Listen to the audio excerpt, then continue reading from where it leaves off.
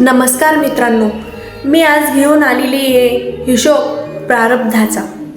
एक दिवस एक माणूस पूर्वसूचना न देता कामावर नाही गेला। मालकाला वाटलं याचा जर पगार वाढवला तर हा काम मन लावून करेल, म्हणून पुढच्या वेळेस मालकाने पगाराव्यतिरिक्त त्याला वाढीव पैसे दिले। तो काहीही न बोलता त्याने चुपचाप मिळालेले पैसे ठेवून दिले। काही महिन्यानंतर परत तसंच घडलं। तो पूर्वसूचना न देता गैरहजर राहिला। मालकाला त्याचा खूप राग आला आणि त्याने विचार केला की याचा पगार वाढून काही फायदा झाला नाही, काही सुधारणार नाही। पुढच्या वेळेस मालकाने त्याला वाढवलेला पगार कमी करून त्याच्या हाती पगार दिला।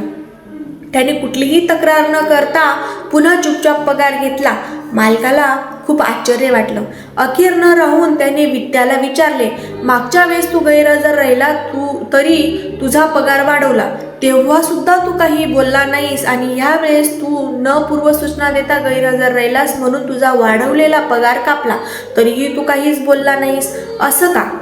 त्यावर त्याने दिलेलं उत्तर विचार मनाला भिडणारं होतं। तो म्हणाला, मालक, पहिल्या वेळी मी गैरहजर राहिलो तेव्हा मला मुलगा झाला होता। तुम्ही माझा पगार वाढवला तेव्हा मी विचार केला देवाने माझ्या मुलाचा पालनपोषणाचा हिस्सा पाठवला।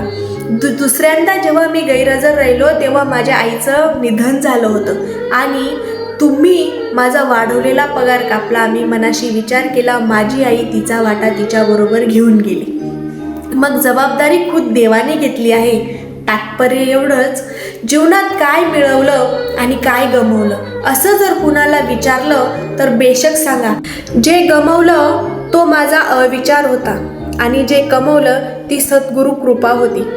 खूप सुंदर नाते आहे माझ्यात व देवामध्ये।